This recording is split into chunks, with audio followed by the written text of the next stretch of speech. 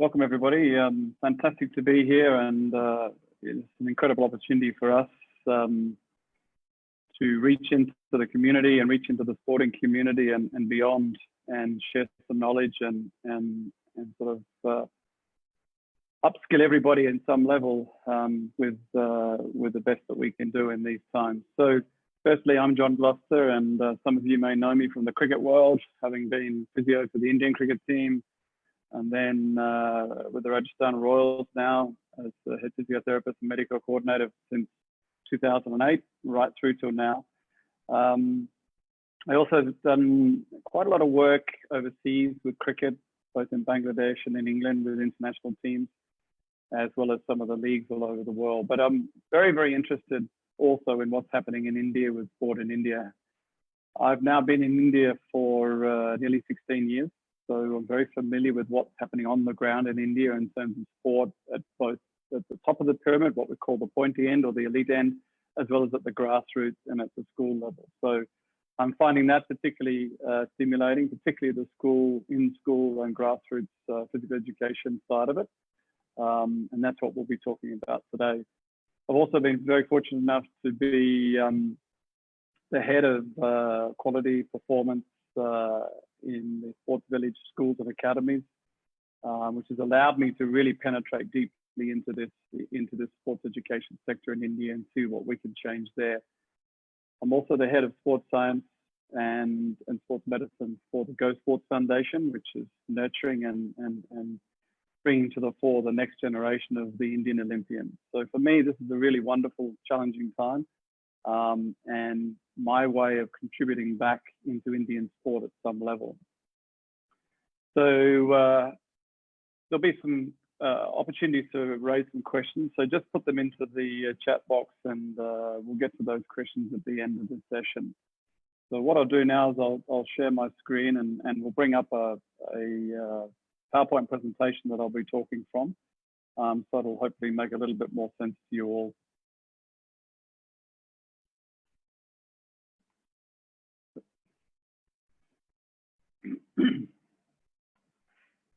Like I said, hopefully you can all see my screen. But like I said, this is an incredible opportunity for us to try and skill people and educate people about what is happening, particularly with our kids.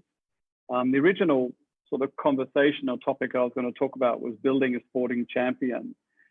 But I thought, well, that actually can't be done until we address what I'm about to address now. And we're never going to produce champions if we don't get the basic structures in place within our sports education system. And I think that's critical to understand. I think it's critical to understand why I say that and what are the other benefits of having a robust in-school sports education curriculum in place in all our schools across the country. So the outcomes of what I'm going to be talking about and how they're going to benefit the nation, not just from sporting outcomes, which is great, and medals, but also all the other important things that are on the agenda, particularly from the PMO down, around health, wellness, fitness, skilling, youth, etc. So I think there's a bigger picture at play here. So the topic today obviously is PE, the compulsory curriculum. And I'm posing the question, who is the most important educator in the school system? And I think that question needs to be pondered, because I believe we haven't answered that question appropriately. And I'm here to sort of present an argument as to who I think is the most important educator within your school system. Much of this context, obviously, much of this talk is in the India context, because I've lived here for 15, 16 years. But I think the relevance of this talk is actually universal, and that's important to understand. So we want to put a synopsis around this. The synopsis would be, we need to ask the question, what are the consequences if we deprive our children of sports and physical education in the school system? So what would be the consequences of that? So we need to look at the bigger picture of why we need sport and sport education in our schools, because there are far-reaching consequences that we now know about. You're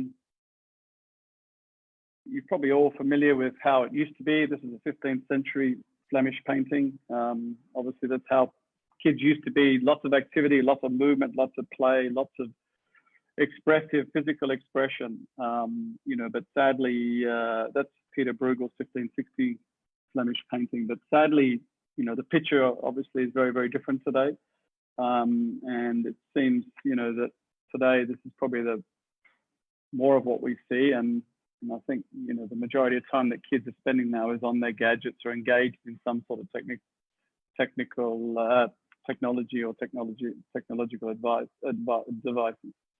So we now more than ever need to start, using the school time, 8 hours a day of the school time more effectively to promote sports and sports education because of it. So I call this, there's a syndrome that which I call the 12-hour issue. And this is a very big issue for me because effectively most kids go to bed, let's say at about 8 o'clock in the evening. They get up at 6:30 in the morning. They perhaps sit at a breakfast table or in front of a TV, again, motionless, sit on a bus or in a car for up to, an hour or so to and from school. They get straight into the classroom. So they've had zero movement effectively for the previous 12 hours. And I see that as a real danger. So there's no wonder that kids can't concentrate, focus, retain information, or even sit still for those first 2 or 3 lessons of the day. And, every teacher will tell you that that is an issue for them. So, we need to address the issue of getting kids moving even before school, because as you'll see later, the reasons why and how children retain information it pivots around movement and physical activity. So I think all of us at some level are, or I believe all of us should be in some way physical educators and think of ourselves as physical educators, no matter what role we play in the system. We should be the encouragers of physical activity in whatever form. So I believe that the physical educator is the new health of the future. And what we do with kids and their time at the primary school age does determine who they will be as adults. And that's not just socially with improvements in teamwork and confidence and inclusiveness, etc., but more importantly, how they are and will be as adults physically. So we need to be looking at things like, reducing our osteoporosis rates, looking at reducing injury rates in all our adolescents, particularly in females, improving performance outcomes, sporting and otherwise, and improving the long-term health outcomes, like I mentioned before. That all starts with us as physical educators. We need kids as early as possible to have what we call a diverse movement vocabulary. And that's by subjecting children to a greater number of sports experiences and varied physical activities as possible and as early as possible, because this is what equates to the better outcomes later on in life, both as a human being as well as a sports person. And that I'll talk a lot about a guy called Dean Crilliers. He's a physical education, he's actually a physiotherapist, but a physical education and physical literacy expert out of Canada who's done a lot of research on this. And his term, a lot of the terminology you'll hear, particularly movement vocabulary, things like that, are very much a part of his work. So, having been here, like I said, for so long, and having been involved with both ends of the spectrum at the elite level as well as at the grassroots and school level. And as an international sports physio myself, most of the problems that I see with our athletes when they come to the elite level sport, a number of them I see could be addressed by and solved or prevented by addressing this whole sports education, movement vocabulary piece as children. So, the key really is to increase sports participation as much as we can. All of us want to breed, I'm bringing this to the fore for all these reasons. And, increasing sports participation and bringing home medals to the country certainly is one. There's no better way to bring pride to the country and unite a country and create national unity than by winning medals on the international stage. We know that, we've seen that. There's certainly no better way to promote a school than to have successful sports students from within that school. We also need to have it on the agenda for increased cognitive learning, and this is something that I'll touch on later because this is a critical and crucial point. And there's been some wonderful work by Dr. Dean Telford and Dr. Dick Telford and his team out of Australia on this front. We definitely need it for community engagement, even more so now. I think this is critical. The topic around social inclusion for me is a really, really important one. And sport and physical education can be the way to solve that. Tackling the next generation of health issues, and I will be discussing this later because I see this as critical. You know, we in India are not immune to the rest of the world's problems around health, wellness, obesity, diabetes, etc. So we need to really look at this. And if we look at the numbers, they're pretty scary, you know, particularly around diabetes and obesity in kids. And this is something that we really, really need to look at closely. Because we know that childhood obesity and these poor diabetes markers in childhood are associated with adult obesity and poor lipid markers.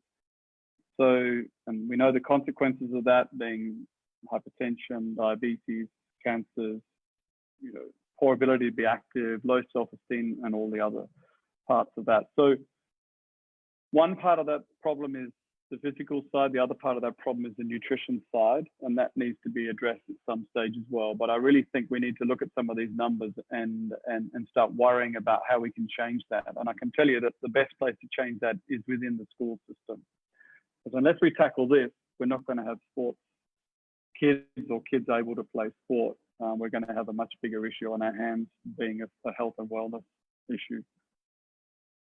If you look beyond some of these most obvious issues, you know, like there are some things that come into my world as a sports physio and in the sports medicine world as to why I think it's really important that this whole physical development discussion is on the table.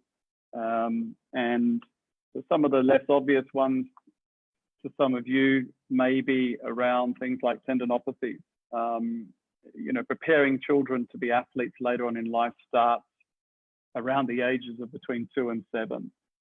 So with things like hopping, jumping, running, and what we call tendon loading. So, you know, tendinopathies or inflammation of the large tendons of the body around the knee, around the ankle, etc., around the shoulder are career-limiting injuries in the older athletes, but they can be prevented from occurring if we subject a child in their junior years, sort of in that 3 to 8 year bracket, to physical activity programs that improve their motor competence and implement and put in place the fundamental movement patterns and loading skills. So like I said, the hopping, the jumping, the running, the balance drills, the balance activity. So I can almost predict what school system kids come out of just by looking at some of the injuries that they present with later on in life when they come to me at the higher levels of sport. So whether they've come from a structured sports education system or not. ACL injuries, so anterior cruciate ligament injuries are in most cases potentially career ending, and females we know have a 6-time greater injury rate than males, and I find that quite disturbing. But we know that if we implement those strategies of motor competence and physical literacy that I said before at a much earlier age, we can actually reduce that rate by up to 70%. We can reduce that injury rate, particularly in females, by up to 70% by working on some of these skills with kids at a much younger age, and that implemented through a structured system within the schools. And again, Dean Crilliers from Canada has done some amazing work around this. So in a nutshell, physical literacy being taught to kids at a very early age helps reduce injury rates because it improves body mechanics, it increases awareness of the activity environment that child is playing in and competing in. Osteoporosis, we now understand the link quite clearly between adequate physical activity and osteoporosis rates. And if we have a look at this slide, these are the rates of physical activity. I know this is in the US and Canada, but it'd be pretty similar, if not worse, probably in India. And we look at the way that the physical activity rates drop off. So under the age of 12, 48% of boys are what we call physically active. So that means they're undertaking 1 hour a day of moderate to vigorous physical activity. That's the terminology of being physically active. And And then after the age of 12, we see that drop down to only 11% being physically active, getting that 1 hour a day of physical activity. And then in females, it's even worse, from 34% to 3%, which is particularly worrying. And we now know that one of the main reasons for this big drop off at around that age is because of this reduced level of motor competence, particularly in the females, because they lose that confidence to participate in sport. So I think that really needs to be addressed. So, and in India, we see, 8 out of 10 kids the world over are physically inactive, so don't meet that criteria. And I think, and it's pretty similar, like I said, in India from some recent studies that we've seen in the press. So, we know that adequate, proper bone health is a combination of good nutrition, physical activity. But on the back of that, if we know that if less, as we saw from the previous slide, if less than 10% of the kids are getting that adequate physical activity, then going forward, we're going to have almost an entire generation with suboptimal bone development, which means as they become adults, rapidly increasing rates of osteoporosis and injury. So therefore, stress fractures. So that's a real worrying long-term health outcome that we need to address, and it can be very easily addressed by increasing physical activity in kids. Otherwise, it's going to be an enormous burden on the health system going forward in the next generation.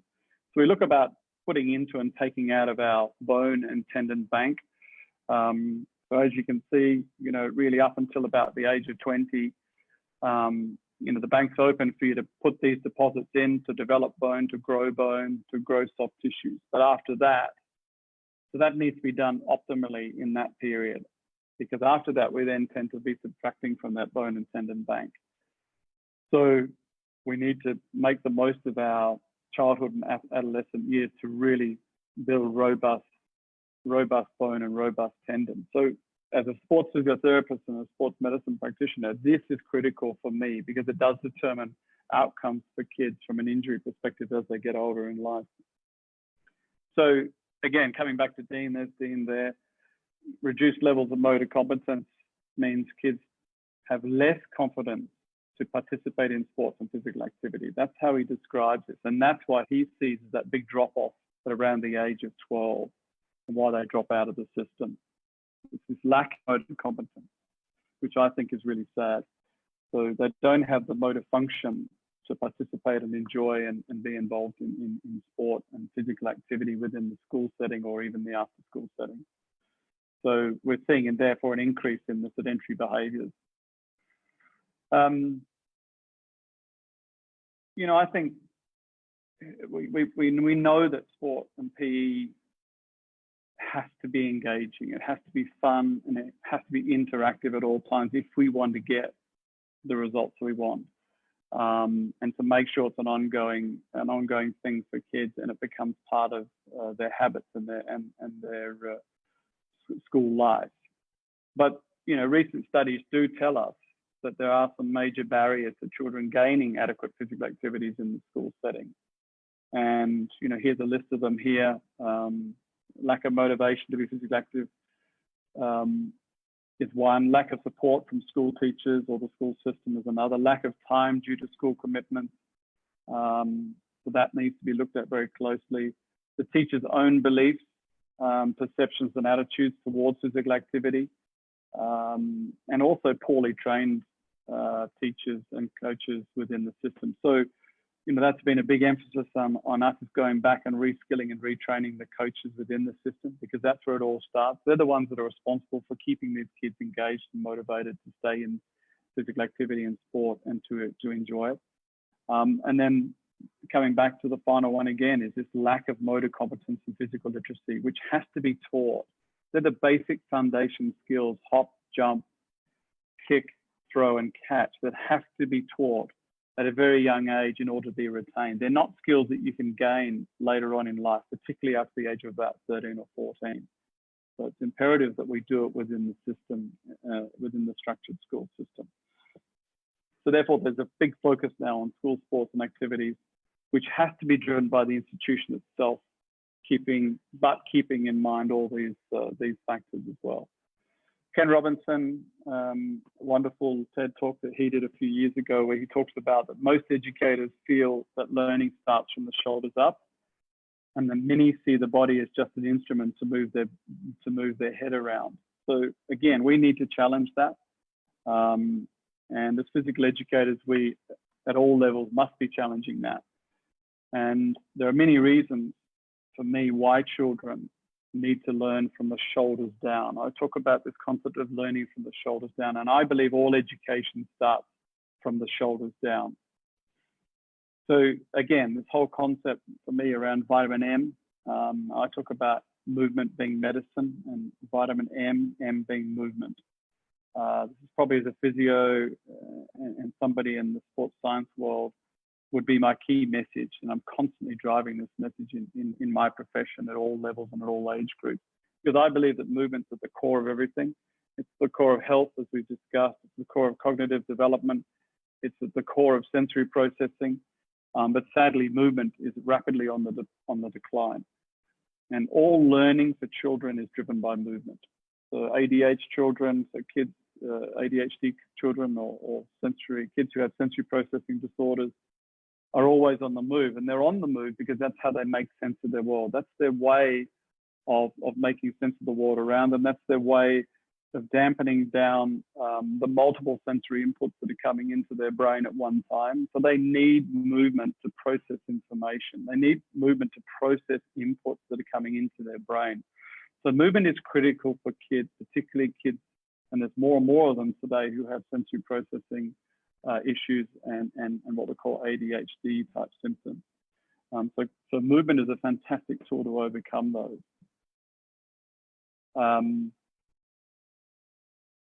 James Hamblin, who's a particularly good researcher in this field, has even gone so far as to term the phrase that exercise is actually ADHD medicine. And given what we know and what we talked about, I believe that this is actually the case.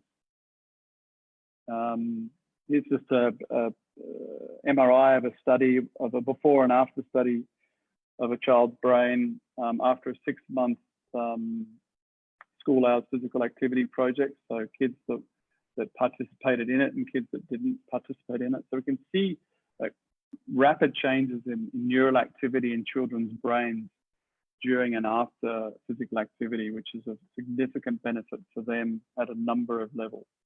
So yeah, again, it's sort of, we talk about this neurological diet. So movement forms the critical piece, and vitamin M being movement forms this critical piece of this neurological diet that's so necessary for kids. So play, structured play, fun play, however it is necessary for neurological development.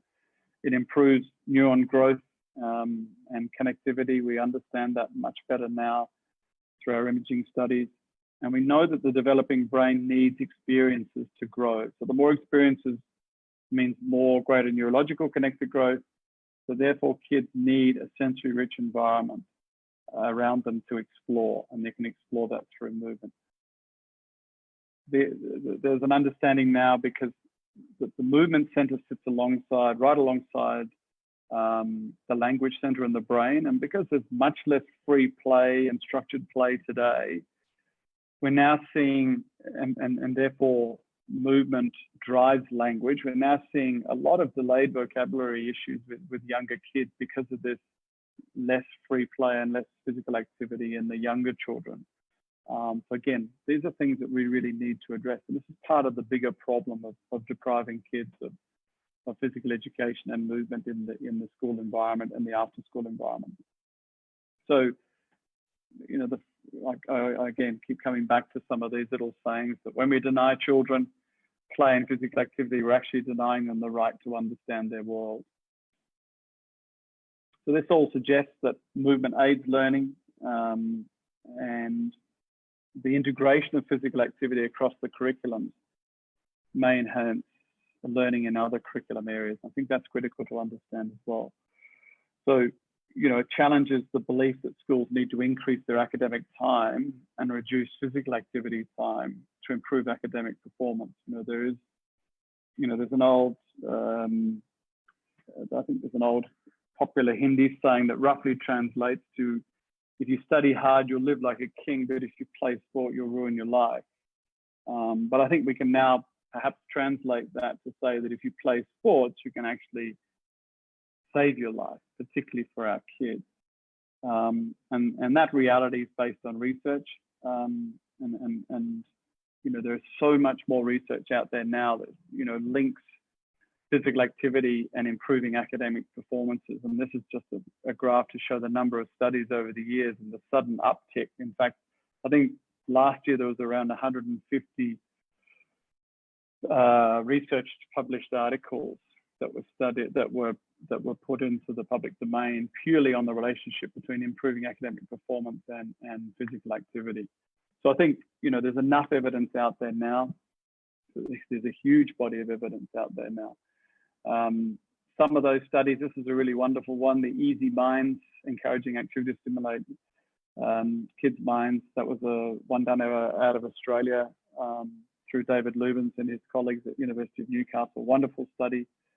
Again, the academic achievement and physical activity study out of Italy.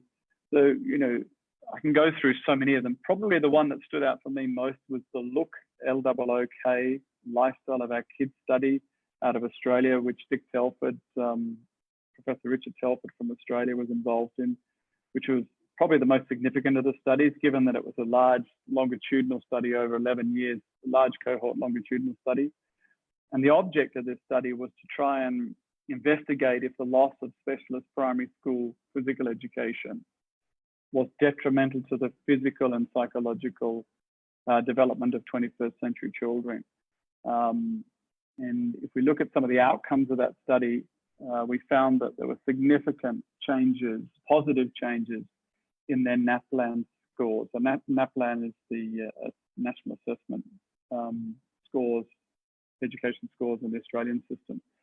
So there are significant improvements not only in this study in their physical education, in their cognitive function and academic outcomes. It was also significantly improved physical markers. And as we said before, children with bad physical markers, particularly lipid markers and blood markers, will carry those through to adulthood. So on the other hand, if they have really good ones, they'll carry those through to adulthood. So they found that the positive changes for kids going into adulthood were significantly better in those children that were involved in structured in-school physical activity sessions in their junior primary years. So in brief, strong evidence has emerged from this study of a negative impact on the health and well-being of children of the 21st century when they are not afforded opportunities for regular, well-designed physical education provided by specialist teachers. So that's the findings of the Look study by Professor Richard Telford. There's numerous other examples. This is a really brilliant one out of Canada, the Don't Walk in the Hallways project, which involves these unique sort of hallway designs within the school to improve cognitive function and motor skills. And if you go online, there's so many of these projects that are in place now in schools to improve academic outcomes. So no longer can we use the excuse that children's physical activity time and sports time is going to be detrimental to their academic time. That's my point here. So let's move on from that one. So in summary for that, you know, physical movement improves mental focus, memory, and cognitive flexibility. And the new research just shows how critical it is to the academic performance of our kids. You know, at the end of the day, what teacher doesn't want that? So if we can provide it through the sports system within the school, then even better. Other areas, sports for development. Like I said, it teaches us lifelong lessons, it unites communities, social justice and reconciliation, powerful instrument for the growth of a child and even adults who are involved in sport as well. Teaches us about sacrifice, loyalty, friendship, respect for the rules, all the things that are really, really critical. And they're the things that I then get to see in the elite sports world. But the foundations of that are all built around developing these within the playground, within the sports education system, within our schools and in our after school setup. So these are the, you know, I think sport asks us or sort of prompts us to ask the question, which I think is one of the most important questions, which is, what is the right thing to do here? What is just? So, that's the beauty of sport. And like I said, social inclusion for me is probably one of the bigger ones. And I think all of us, through sport have the opportunity to take people from the margins of society and bring them back in towards the center. So I think there's another opportunity here. This is where I grew up. I grew up in Australia, obviously, and we learn all these lessons in the backyard, in the playgrounds, in the parks, on the beach, because we have space. I was very fortunate to be brought up in an environment where we have space. And I was allowed as a child to from a very early age, to experience that gift of movement and play and activity. Now I live in Mumbai, and to put it in some perspective, Mumbai, Australia's population, Australia as a landmass is 2.5 times the size of India, but Australia's entire population fits into Mumbai. I think there's roughly 20 million people in Mumbai, Greater Mumbai. So it gives you some perspective. So I understand that space is a constraint, and I understand that we have limited opportunities, physical opportunities within those space constraints. But we need to be creative, and we can't use the lack of space as an excuse. We need to find a way within the school system and within the home environment to encourage kids to move. And being in lockdown, I think, has been a really good opportunity for us to be creative in this space and find ways to get our kids to be active and come up with strategies to keep them moving, keep them active, and keep them physically engaged. I think, if that's one of the good things that comes out of COVID-19 lockdown, then that's a wonderful thing. So, the school therefore becomes a really important environment, because for 8 hours a day, potentially, they're in the perfect environment, controlled environment, where we can start implementing some of these structures and strategies around sport. But again, exercise programs for kids remain largely underfunded and under-prioritized in many school curriculums. But, we know from all these recent studies about the benefits of school sports and physical activity programs, and we can publicly distribute those. And I think it's in our best interest, if we are in a position to do so, to start pushing this information out there about the benefits, particularly on the academic and cognitive outcomes of our kids and the health outcomes overall, to the administrators and key stakeholders, that's being the parents also, around the benefits. I think, as I always talk about, the school being the engine for grassroots sports and health promotion. That's the way I look at it. That's the way I see it now. And I also see it as being, this being the start of the most important relationship that a child has. And that's the relationship of the child with their own body, and understanding their body, understanding what it can and can't do, but also understanding that the good habits now are the good habits that they will have later, but also the bad habits that they have now will affect them later on in life. I was in Dubai, where I presented a talk to the Ministry of Education just recently, and they actually have a ministry called the Happiness Ministry. It's an official ministry. You have a Ministry of Sport, you have a Ministry of Health, they have a Ministry of Happiness, which I think is a wonderful initiative, actually. And the recent introduction of this sort of this ministry sort of poses a few questions as to why, but they feel that, if you can create a happy environment for all citizens of the region, then that's going to have kick-on effects in every other area of their lives and into the community as well. So I don't feel there's a better way to achieve happiness than having fit, healthy, and active children. So I think, that should be on the agenda for us here as well.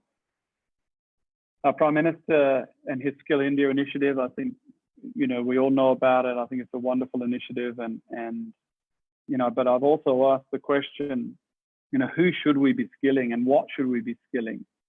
And in my opinion, I think we should be skilling our children. I think we should be skilling them with what I think is the greatest gift of all, and that's the skill of physical literacy. if we can skill them early with the skill of physical literacy and motor competence that I talked about before, then I think what you're doing effectively is you're arming these children with tools for life. You're arming them with tools that are going to allow them to be healthy and happy and positively determining their long-term health outcomes and sporting outcomes as well. So, you know, we need to use the physical education sector to do that. I put this slide up here because, you know, I think this is the real issue, and this statistic really sort of scares me as a parent, but also scares me when I look at the nation. You know, and this is not just America. This is pretty much worldwide. You know, what I'm reading here is that this generation is the first that will have a shorter life expectancy than the previous generation. And obesity, so lifestyle factors, particularly diabetes, is one of the biggest contributors to this shortened life expectancy because it is driving a lot of our chronic health conditions.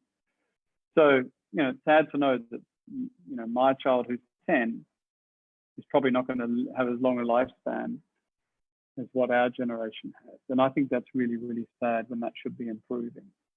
So the best way to address that, I believe, is through the sports education and physical education curriculum through schools. So this is where the other half of the debate around, I talked about exercise in one half and nutrition being the other half. I think we need to put the two together, and we need to contribute within the school system to both. So education around the proper education around nutrition, and then the proper education around the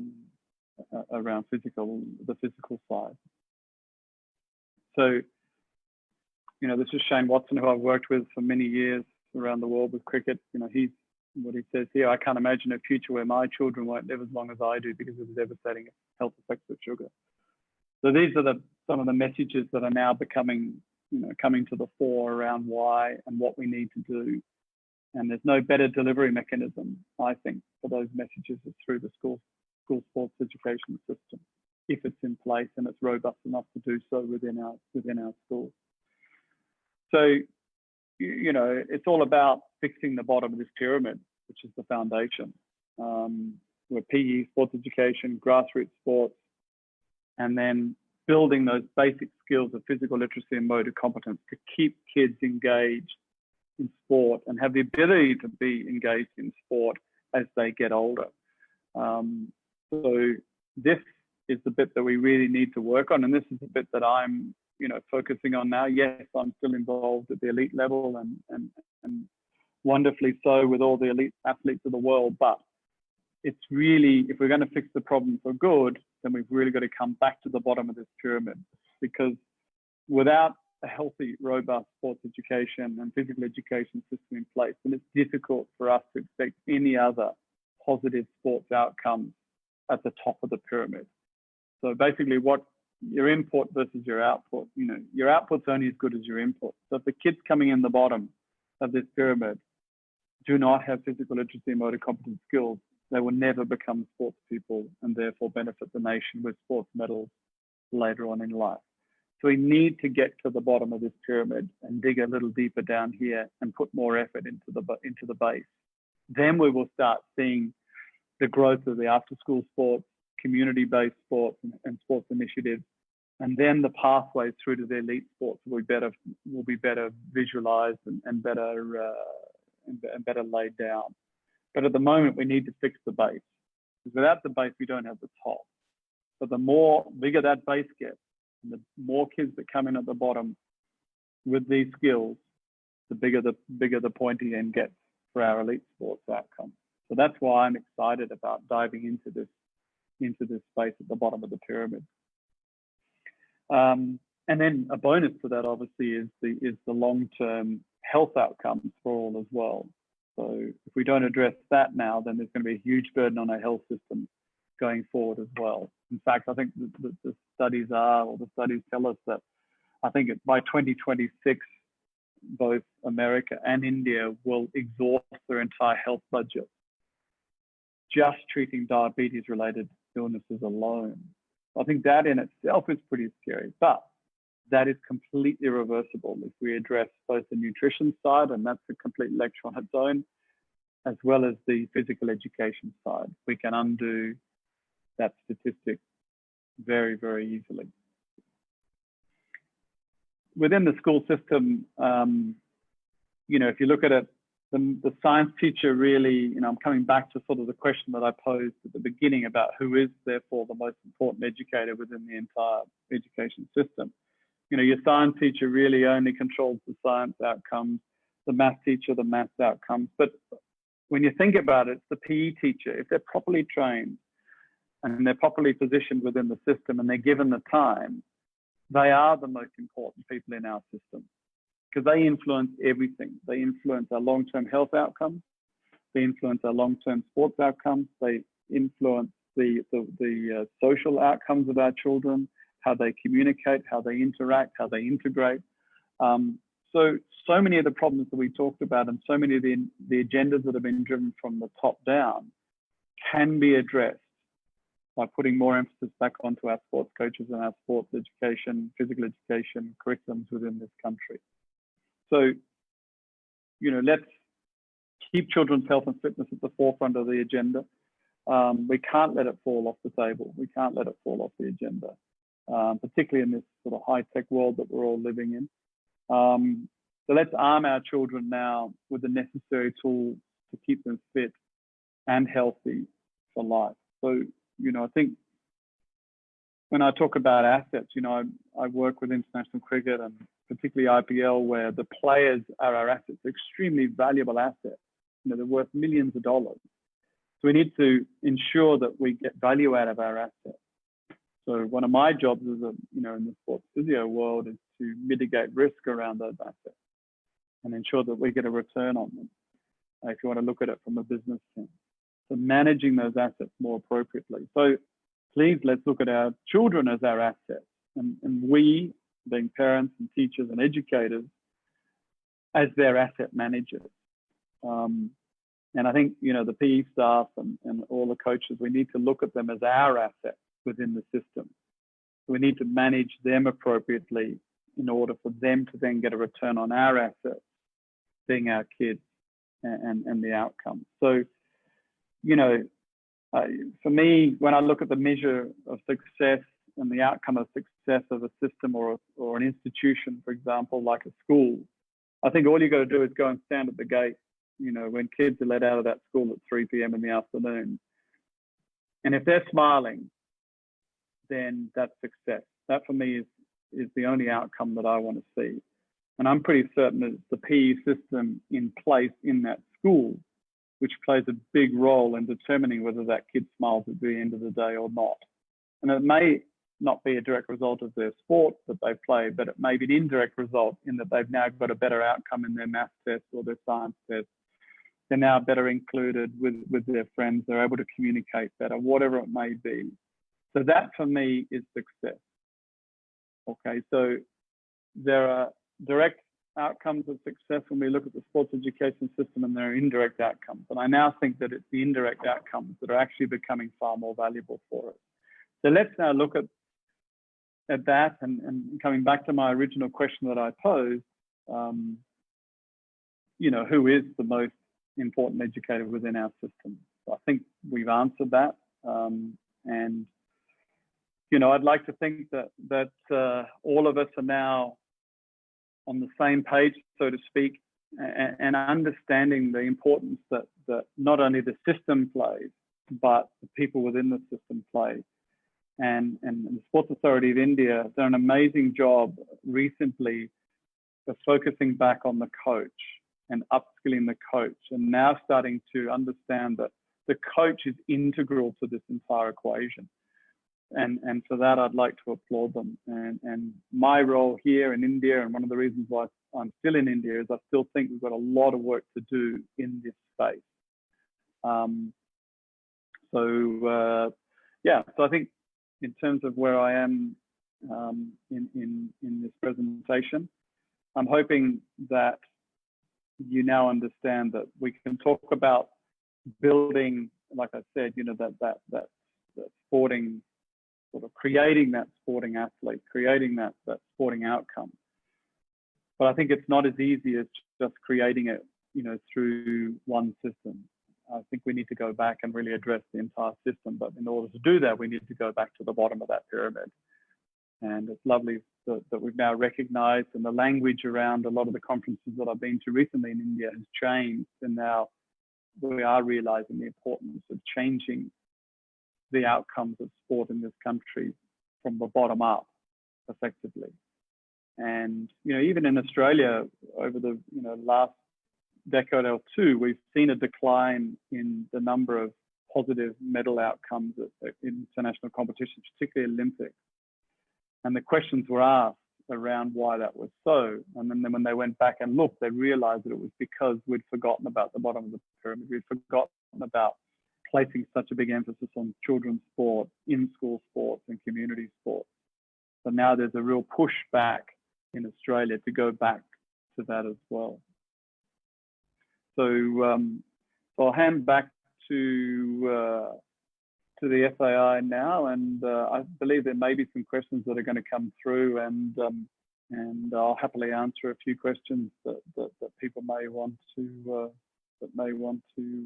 ask. So thanks very much for allowing me to present this and present a view that I have, both as an insider and as an outsider within India.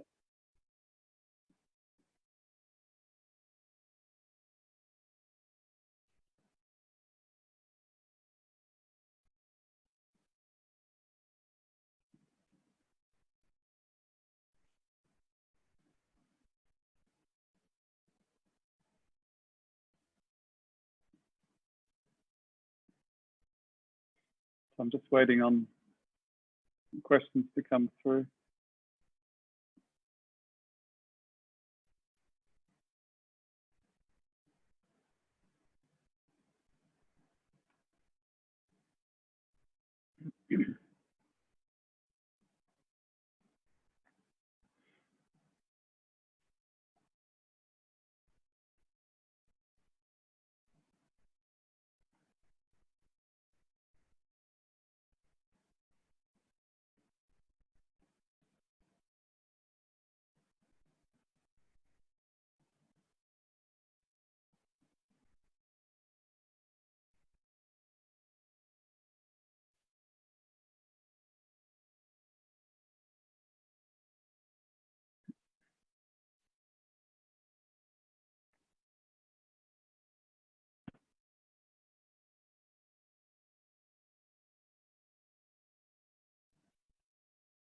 So because of the link, we're doing a separate link. There will always be a delay in these questions.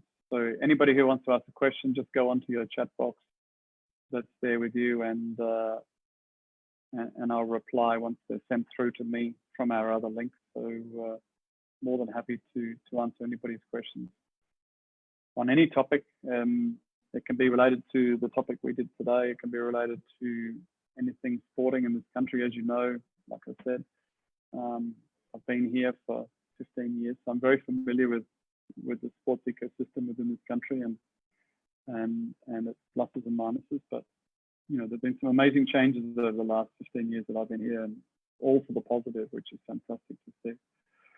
One of the questions that's come through is, are our coaches less competent than the foreign counterparts?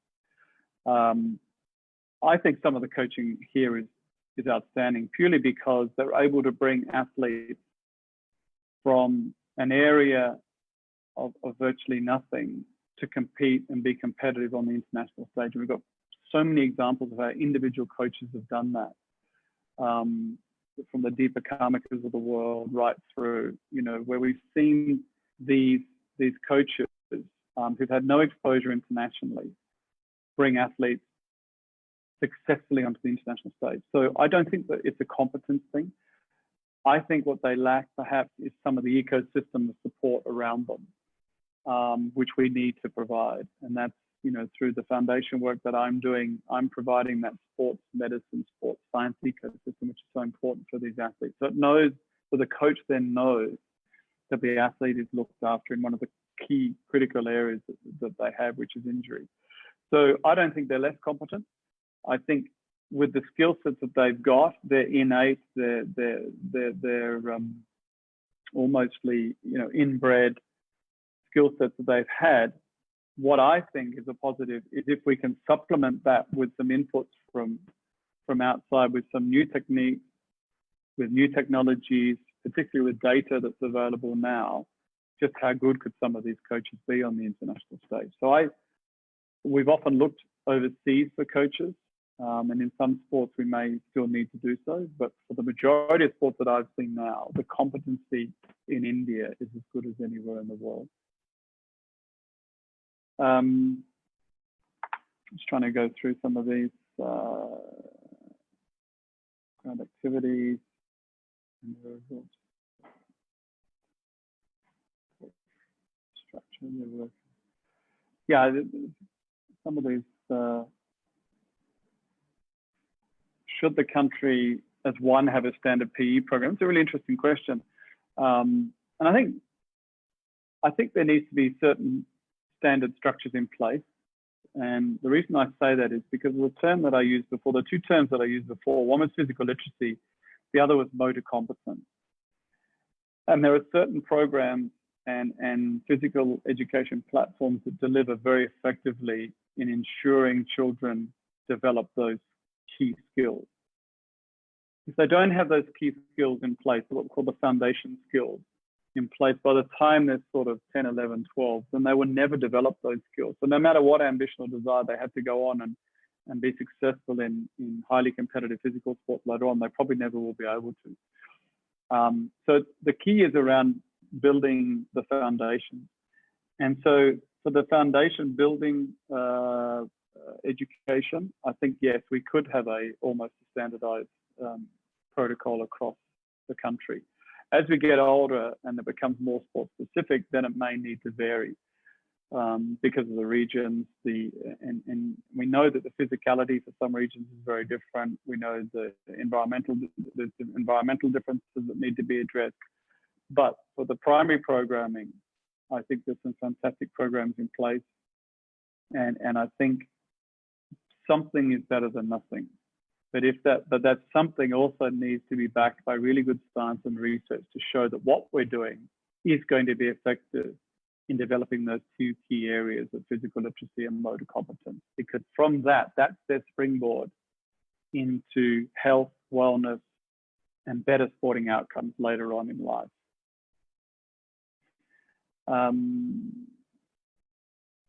Parents' role in physical education. I think parents play a huge role in PE. One, because I believe they're part of the decision makers. They're what I call a key stakeholder in this whole equation.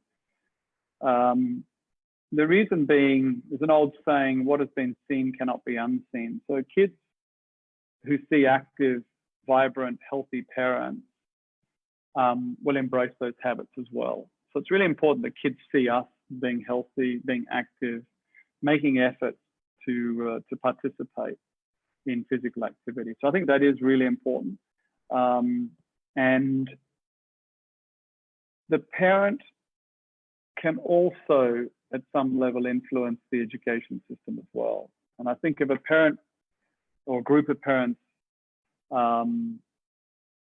demands certain inputs to a school around the physical education curriculum, then often that will have an effect. But you've got to come armed with evidence. You've got to come armed with reasons why. And so what I laid out in this presentation was the evidence, the reasons why that parents should be requesting their schools and their institutions to ensure that PE has a priority and a positive emphasis is placed on that as an integral part of the system. So, and we know the evidence.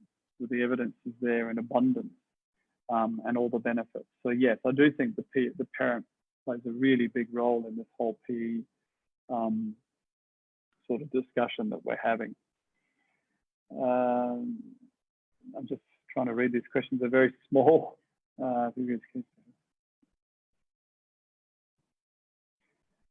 Yeah, there's a question here around, PE teachers having a lack of time take the PE session and also the skills. And again, you know, how much can you actually do in a 30-minute session? Well, very little. So again, this is where we need to lobby the institutions around proving that there's a benefit in their academics if we can increase the number and amount of PE sessions and the time of those sessions, and appropriately skilling our PE teachers and commercially rewarding them better to get greater outcomes for our kids. So there's a very strong argument to that. So I believe that the education of the coach is critical, and there are a number of institutions. Sports Village themselves have a wonderful education in-house education system for coaches that is NSDC endorsed. A lot of the institutions themselves have their own in-house coach skilling ability, which must be done, because I believe the coach is the center of this whole conversation. We need, as I said at the back end of my presentation, we need to appreciate the coach more if we're going to make this system work. And one of the main reasons why the system hasn't worked for now is because we failed, I think, in educating the coaches appropriately with the skill set to deliver. The other way to do this, and the other way around this, and a lot of schools are doing this. My son's school in Bombay is doing this, where they have before, remember I talked about that 12-hour issue, you know, kids being pretty much stationary for 12 hours from the minute they go to bed till the time they get into the classroom. They have a 30-minute, what they call fresh air session before school starts, where it's compulsory for every child to go downstairs and move, run around, move, whatever they can do, they do, but they have to be moving. So then they get into the classroom and they're fully engaged. So we know that, you know, around retention and everything that goes with retention rates, et cetera, that go with kids who are involved in physical activity. So I think the physical activity has to be brought into the classroom setting. And again, I know schools that have a 1 to 2 minute session at the start of each class where they do a 1 to 2 minute physical activity. And that could be some jumping jacks, it could be some squats, it could be some step ups onto their chair, it could be, there's a number of things that we can do with them. But and there's been studies around that, as I alluded to in the presentation, and the retention rate and the concentration rates within that class improves remarkably. So therefore the academic outcomes improve remarkably. So we may not have time to allocate more for the physical education. So let's take physical education out of the playground, if that's not possible, and bring it into the classroom setting, because the benefits are still going to be the same, particularly if you're looking at cognitive benefits. I think we can do that quite easily, and it's just about us being more creative. You know, let's think of this like a T20 game. Let's be more creative. Let's think out of the box a little bit. You know, let's do things differently, because I think we need to. How much is the teacher's role important in motivating kids to do some physical activity? Again, what is seen cannot be unseen.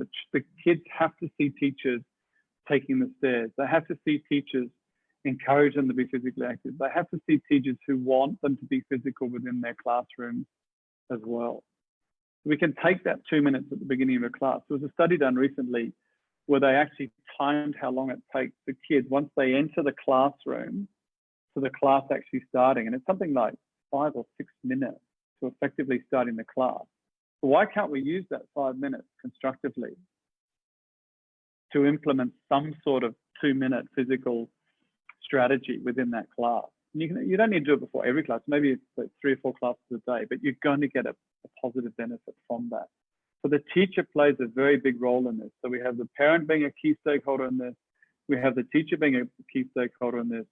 And we have the institution themselves and the administrators as key stakeholders, because they're the ones that are going to demand it. And they're the ones that are going to insist that it happens in their school, but they're also the ones that are going to insist in the education and upskilling of teachers to become qualified physical education coaches, because I think that is an area that we really, really need to look at as well. What is your take on injury prevention in school level, as they don't have a team in place for injury management like elite athletes? Yeah, so there are so many strategies in place that can be implemented in the school setting for injury prevention. Now, there are some injuries that are very difficult to prevent, and that, like some falls and, safety issues, which obviously need to be addressed in the school as well. But there are certain injuries that we can prevent. And like I said, the more physically able you are and the more motor competent skills that you have, the less likely you're going to be injured, because you have better balance, you have better coordination, you have better muscle firing activity, you have better joint, what we call proprioception, or awareness of where you are in space.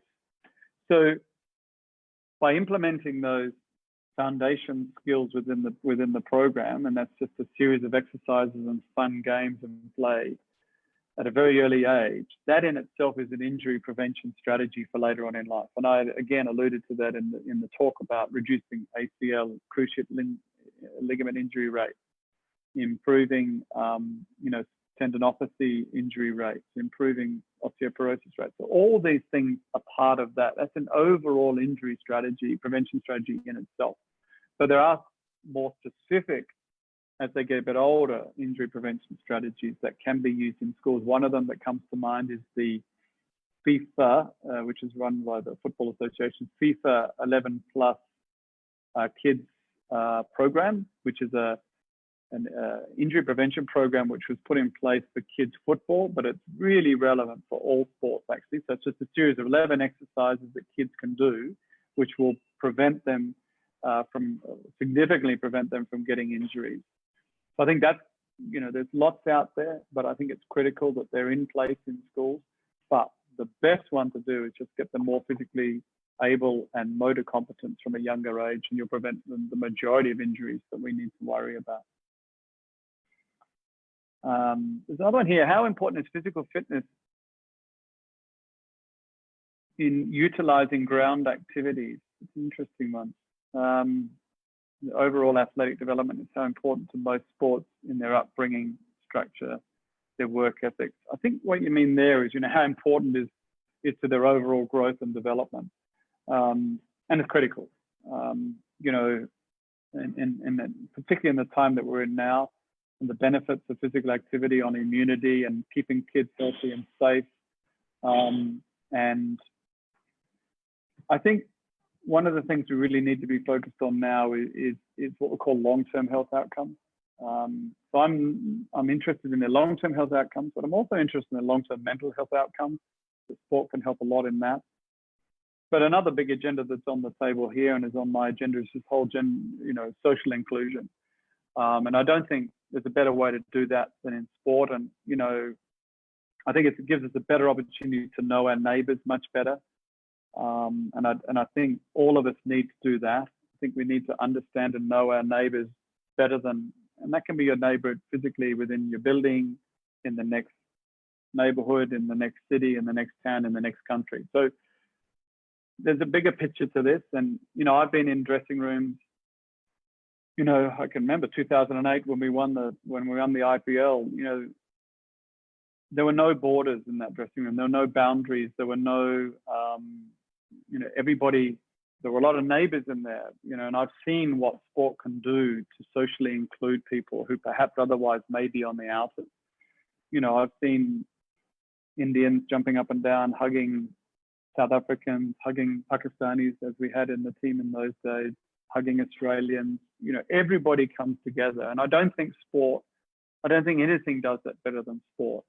And that starts in the playground and kids playing. And go and look at kids playing in the playground and the way they integrate, the way they communicate, the way they talk. So I think on the back of that question, I think that's what you mean is, how important is it for the upbringing and work ethics for kids? I think it's critical. So I think, we've come to probably the end of our time here, and I just really want to say I really appreciate the opportunity, and I really thank the Sports Authority of India and all of you for being on this platform. It's an amazing sort of initiative to bring this series of webinars to you all.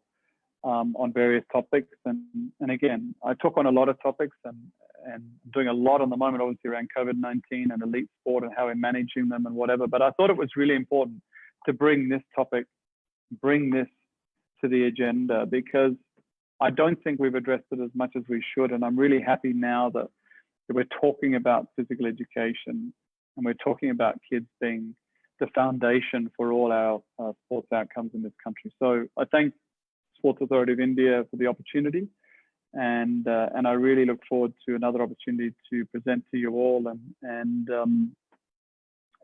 hopefully impart some more knowledge to you all that you all find a benefit. So thank you again, and I look forward to the next time. Cheers.